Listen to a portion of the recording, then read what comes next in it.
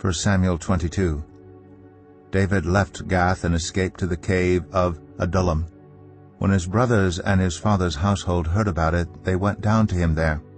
All those who were in distress, or in debt, or discontented gathered around him, and he became their commander. About 400 men were with him. From there David went to Mizpah in Moab, and said to the king of Moab, "Would you let my father and mother come and stay with you until I learn what God will do for me?" So he left them with the king of Moab, and they stayed with him as long as David was in the stronghold. But the prophet Gad said to David, "Do not stay in the stronghold. Go into the land of Judah." So David left and went to the forest of Hereth. Now Saul heard that David and his men had been discovered. And Saul was seated, spear in hand, under the tamarisk tree on the hill at Gibeah, with all his officials standing at his side. He said to them, "Listen, men of Benjamin. Will the son of Jesse give all of you fields and vineyards? Will he make all of you commanders of thousands and commanders of hundreds? Is that why you have all conspired against me? No one tells me when my son makes a covenant with the son of Jesse. None of you is concerned about me or tells me that my son has incited my servant to lie in wait for me as he does today." But Doeg the Edomite, who was standing with Saul's officials, said, "I saw the son of Jesse come to Ahimelech son of Ahitub at Nob. Ahimelech inquired of the Lord for him. He also gave him provisions, and the sword of Goliath the Philistine."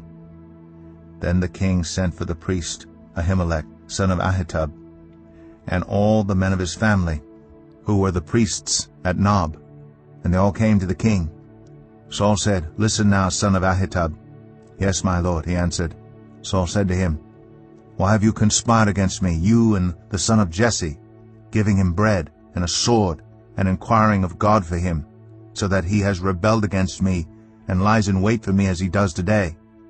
Ahimelech answered the king, "Who of all your servants is as loyal as David, the king's son-in-law, captain of your bodyguard, and highly respected in your household?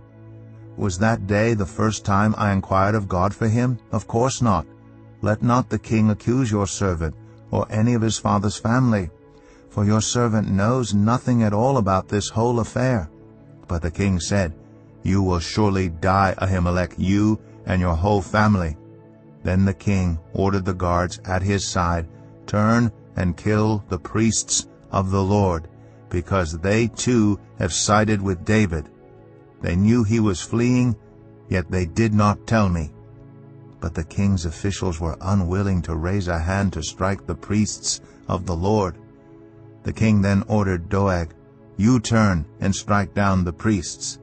So Doeg the Edomite turned and struck them down. That day he killed 85 men who wore the linen ephod. He also put to the sword Nob, the town of the priests, with its men and women, its children and infants, and its cattle, donkeys, and sheep. But one son of Ahimelech, son of Ahitub, named Abiathar, escaped and fled to join David. He told David that Saul had killed the priests of the Lord. Then David said to Abiathar, "That day, when Doeg the Edomite was there, I knew he would be sure to tell Saul. I am responsible for the death of your whole family. Stay with me, don't be afraid. The man who wants to kill you is trying to kill me too. You will be safe with me."